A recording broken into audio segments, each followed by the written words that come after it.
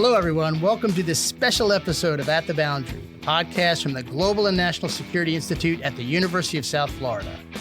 I'm Jim Cardoso, Senior Director for GNSI, and your host for At the Boundary.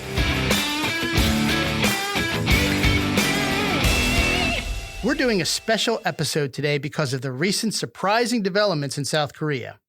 Late on the evening of December 3rd, President Yoon Yeol shocked the nation by declaring martial law, accusing the rival Democratic Party of conducting anti-state activities and collaborating with North Korean communists to destroy the country. The declaration sparked immediate backlash, with crowds gathering outside the National Assembly and legislators quickly passing a resolution to repeal the declaration, despite police blockades and the presence of airborne troops. Less than 6 hours later, President Yoon lifted the declaration, but the resultant political turmoil has led to an impeachment motion, restriction of Yoon from international travel, and the arrest and apparent suicide attempt of Defense Minister Kim Yong-hyun. To examine this incredible turn of events in greater detail, I'd like to bring in GNSI Faculty Senior Fellow Dr. Jongseok Woo, Associate Professor in USF School of Interdisciplinary Global Studies and co-author of Politics in North and South Korea, Political Development, Economy, and Foreign Relations. Dr. Woo, welcome to the program. Thanks for inviting. So let's jump right in. So why did President Yoon feel justified in declaring martial law to an extent? How did he think he would get away with this? It is not easy at all to provide a clear answer to why President Yoon declared martial law, because martial law is declared when the country is under war or equivalent crisis situation. But in South Korea, there has been no indication of crisis or instability. President Yoon says he declared martial law because of security threats from pro-North Korean and anti-state forces operating in South Korea, and in particular at the National Assembly. But this cannot be a justifiable reason for the martial law, because South Korea has been the most successful case of economic development and democratic consolidation among developing nations. So many countries want to copy the South Korean model of development. So there's no clear answer about why he declared martial law, but I think we can think of a few reasons from the president himself and the current political situation surrounding the president in South Korea. Yoon Yeol began his career as a prosecutor, his lifelong job. That's the only job he had prior to becoming a president. And then in 2019, he was appointed as prosecutor general. The prosecutor's office in South Korea is unlike any other country's prosecutor's office because it has omnipotent, unchecked power in South Korea with both indictment and investigation authority. So the president has had no experience of democratic process of bargaining, negotiating with opposition political forces. And then in this background, when he became president, he brought really ambitious reform agendas such as education reform, pension reform, medical and labor reforms. All those reform agendas require broader social consensus and opposition parties' cooperation. But all those policy agendas were stalled due to the opposition party-dominant National Assembly. So the president has not made any attempt or effort to work with the opposition, but see them as enemies to be persecuted. And yeah, I get it. So he's not used to negotiating. Yes, and so it's bothering him almost that he has to negotiate. He doesn't know how to do it, so he just wants to move these things forward. So he just sees them as anti against his reforms.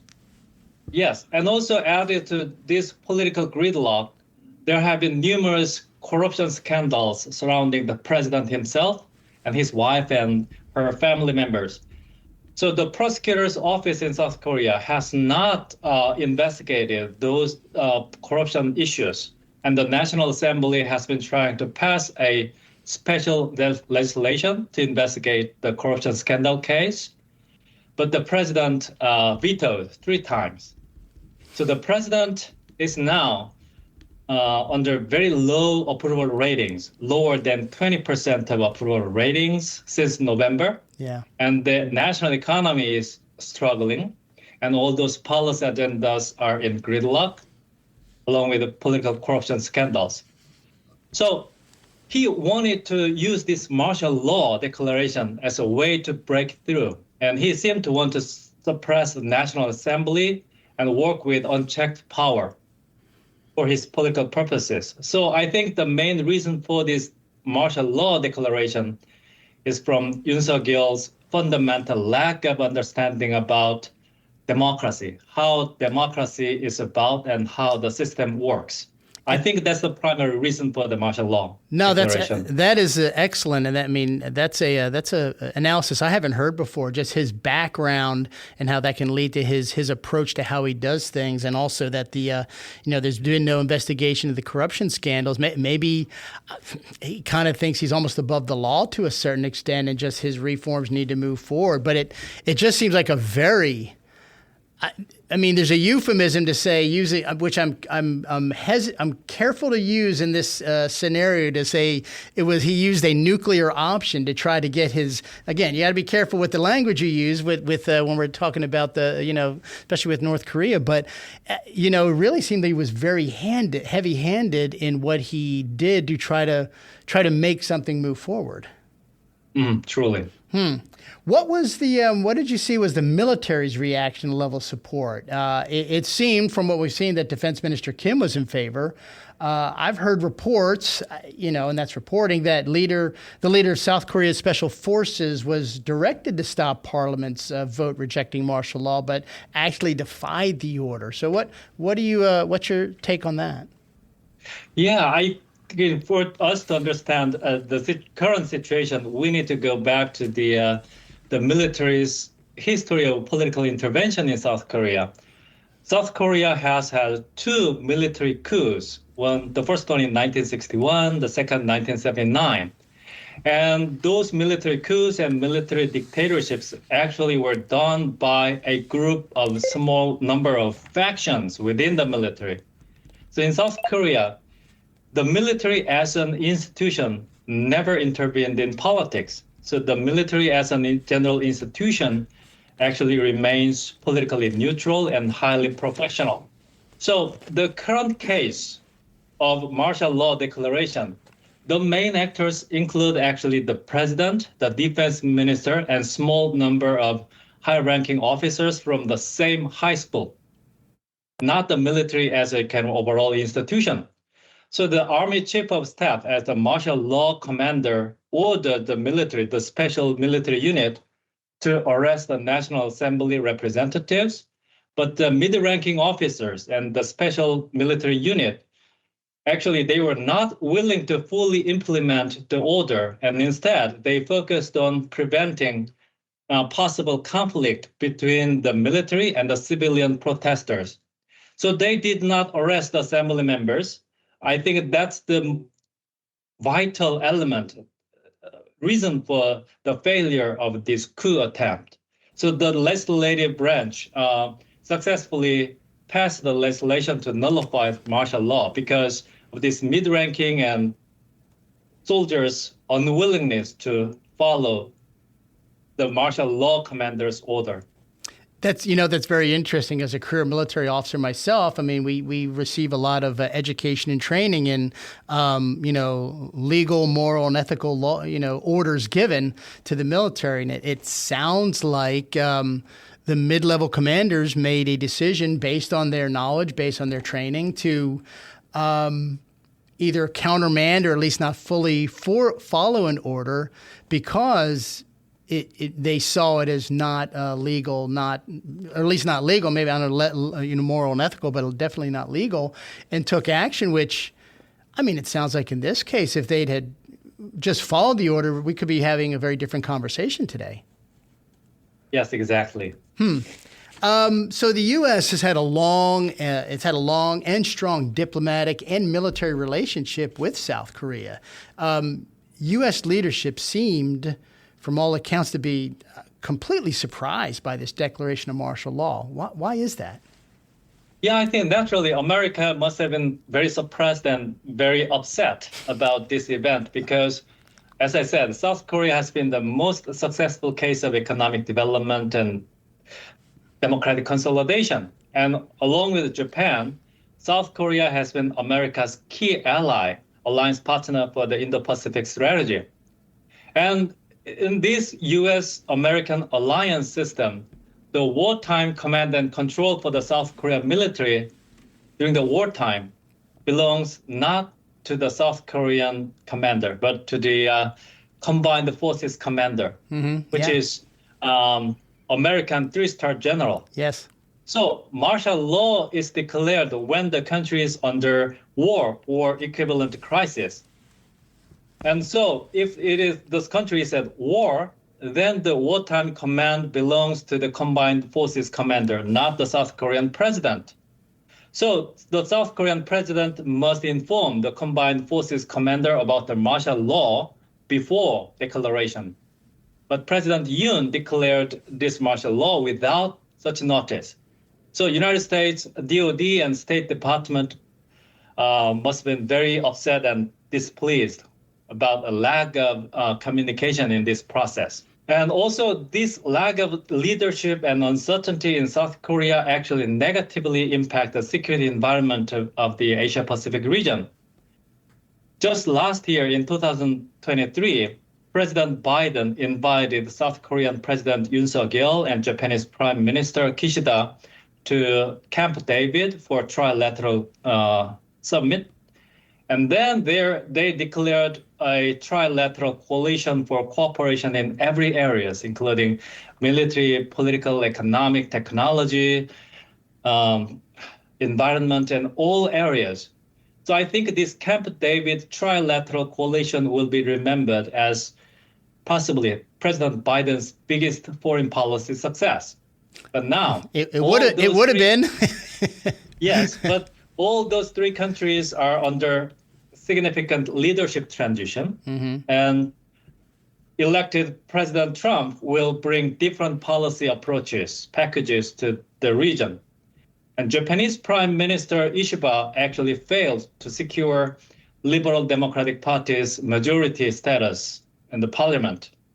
And added to these political changes in the United States and Japan, South Korea has this political crisis. So all those three countries, political uncertainty and transition add another layer of challenges to this America's Asia-Pacific strategy. So these domestic political transitions in the next coming several months will be significant challenges to this trilateral alliance system and America's Asia-Pacific strategy. Yeah, that's it seems that the headlines were until about 2 weeks ago were dominated by activities in the Middle East, Ukraine and Russia. There's discussion obviously about the pivot to China and the Far East in terms of U.S. strategy, but I don't think anybody anticipated turmoil and chaos didn't come from South Korea. South Korea has always been a very stable. I was stationed in South Korea for a year during my military career, and it's always been a stable and very strong partner with. And you bring up the Combined Forces Command arrangement as well. So, just so many interactions and interrelationships there, and just a lot of people had to be caught by surprise completely. That's true. Right now, President Yoon has been banned from traveling out of South Korea, and calls for his resignation continue to grow. So what is your near-term prediction, and maybe long-term prediction, if you want to go out that far as how this is going to play out? I think most likely and most desirable scenario will be impeachment of President Yoon. For him to be impeached, it requires 2/3 of the National Assembly voting. And South Korean National Assembly has 300 members. And currently, opposition parties occupy 192 seats. And the ruling party securing 108 seats. So in the first voting attempt about a week ago, the National Assembly failed to pass the impeachment legislation. And then after that, millions of people came out to the street demonstrating and demanding for impeachment of the president. So some of the ruling party representatives are now switching their position to pass this legislation. To support so impeachment on December, now. Yeah. Yes, on December 14th, there will be a second voting attempt for impeachment. So if the impeachment voting passes the National Assembly, then the case will go to the Constitutional Court of South Korea. The court makes the final decision for impeachment. So if the president is impeached, then there will be a presidential election within 2 months after the final impeachment. So during that time, from the impeachment to the new president election, then there will be a transitional leadership by the prime minister, this interim leadership. So if President Yoon is impeached by the Constitutional Court, it takes normally about 90 days. But in this case, it's really clear. So less than 3 months. Let's hope. They're going to fast track it, move things along. Yes. And if he is impeached, then there will be a presidential election less than 2 months. So roughly speaking, possibly in spring or early summer next year, there will be a new president, a new government formed in South Korea. But one thing to keep in mind is that President Yoon is not impeached yet. He is unwilling to step down. He's the president of South Korea for now. And you don't foresee him stepping down under pressure. He's going to force the impeachment vote, you think? Not willingly. Yeah. So, but the legislature, if I did my math right, they just need 8 votes from the ruling party to move in their direction to the Democratic Party for the impeachment to carry through, correct? Yes, and it is highly likely, and let's hope that the impeachment passes and reduce the uncertainty and instability in Korean politics. Because it's very high right now, and that's something we're not used to, at least in many, many years. Do you think this political instability and the resulting fallout will in any way impact the relationship between the U.S. and South Korea? I think the relationship is much deeper and stronger than the political crisis. But in this transition period, it is vitally important that the alliance partners, DoD and South Korean military, keep maintaining close interactions and communications to manage this alliance system intact. I think that's vitally important, considering that the growing challenges coming from China, North Korea, and Russia, and this volatile security environment is vital for America to keep sending the message that we, America, support South Korean democracy and South Korean security. I think that American commitment to South Korean democracy and security matters most at this stage. Yes, I would tend to agree with that. I mean, it's really that's been a bulwark of U.S. policy in the Pacific region, is that stable relationship with both South Korea and Japan. And with this type of instability being interjected, it's definitely something that would be in the U.S. interest to dissipate quickly. And it sounds like if the impeachment vote goes through and the entire process carries forward, hopefully in this spring of 2025, we're at a little more stable area with South Korea.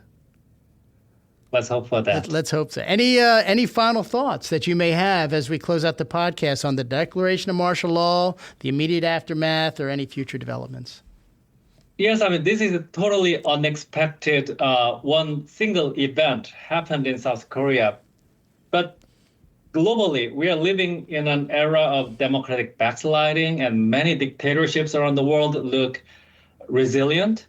And many democracies are currently flawed or ill-functioning. And South Korea is the most successful case of democratization in Asian continent. And South Korea is surrounded by authoritarian regimes like China, Russia, and North Korea. So I hope the South Korean political crisis this year does not send a kind of shock wave to many other fragile democracies. So that's why South Korean case is really important for many other fragile democracies. So I did, and at this stage in South Korea, the most important element is that South Korean politics minimize the uncertainty in this political transition process, because uncertainty brings significant stress to the economy, politics, security, and foreign affairs. So the timely yet swift transition to new leadership will be very important in South Korean politics. No, that's a great way to end this. The uncertainty breeds so many negative things in international diplomacy and financial markets across the board. So hopefully, as we move through the holiday season into 2025, we'll see some of that uncertainty start to dissipate as the process moves forward. So I just want to thank you so much for your time, Dr. Woo. My pleasure.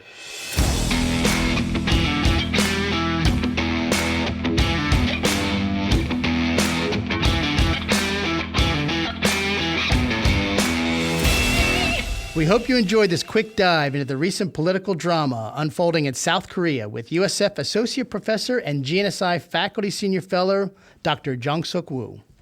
We'll pick up with our regular schedule of At the Boundary on Monday as GNSI Strategy and Research Manager Dr. Tad Schnauffer interviews USF Professor Dr. Stephen Roach on his new book, South Sudan's Fateful Struggle, Building Peace in a State of War.